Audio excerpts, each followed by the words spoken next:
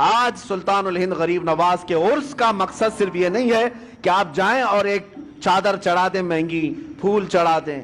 اس غریب نواز کو ہماری چادروں کی کوئی ضرورت ہی نہیں. اللہ نے جنتی چادر انہیں پہلے سے پہنایا ہوا، وہ جنتی جوڑے میں ملبوس ہیں. ہاں یہ اور بات ہے کہ ہم عظمت شان کے لیے چادر پیش کرتے ہیں، ان کی شان و شوکت اور ان کی رفعت کے لیے پیش کرتے ہیں، یہ اور بات ہے، میں اس کا منکر نہیں ہوں. لیکن اگر تم یہ سمجھتے ہو کہ چادر پیش کرنے کے بعد ہی میری ذمہ داری ختم ہو گئی، یہ تمہاری خام خیالی ہے. اصل مسئلہ ان کے دربار میں چادر پیش کرنے کا نہیں، اصل مسئلہ یہ ہے جاؤ تو اپنا دل ان کے قدموں میں رکھ کر کے آ جاؤ اور عرض کرو کہ اب میں زندگی اپنی مرضی سے نہیں، آپ کے اشاروں سے جینا چاہتا ہوں.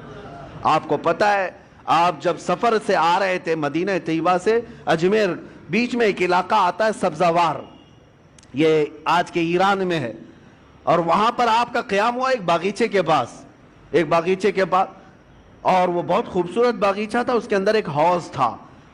یہ باغیچہ اور حوض وہاں کے حاکم کا تھا، اس وقت کا جو حاکم تھا، بڑا ظالم آدمی، لوگوں کا مال اتنا لوٹتا تھا کہ لوگ پریشان تھے. ہفتہ وصولی والا سسٹم، اور پھر اس کا ایسا ظلم تھا کہ کوئی باغیچے میں اجنبی نہ آئے.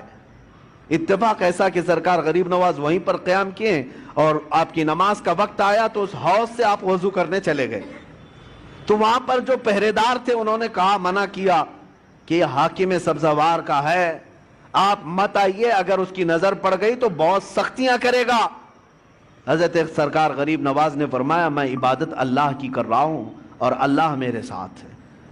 بس آپ نے وضو فرمایا، ابھی وضو کر ہی رہے تھے کہ وہ حاکم باغیچے میں داخل ہو گیا.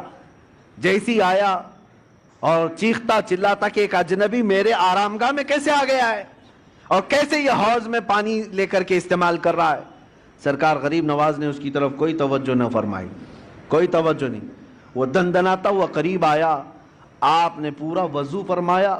وضو کرنے کے بعد اپنے قطرے چھڑک دیے اور پھر اس کی طرف ایک جمالی نظر ڈالی، اور وہ حاکم سبزوار دیکھتا رہ گیا اس حسین صورت کو. جو کرنے آیا تھا وہ کچھ اور کام تھا، لیکن قدموں میں گر کر کے توبہ کرنے لگ گیا.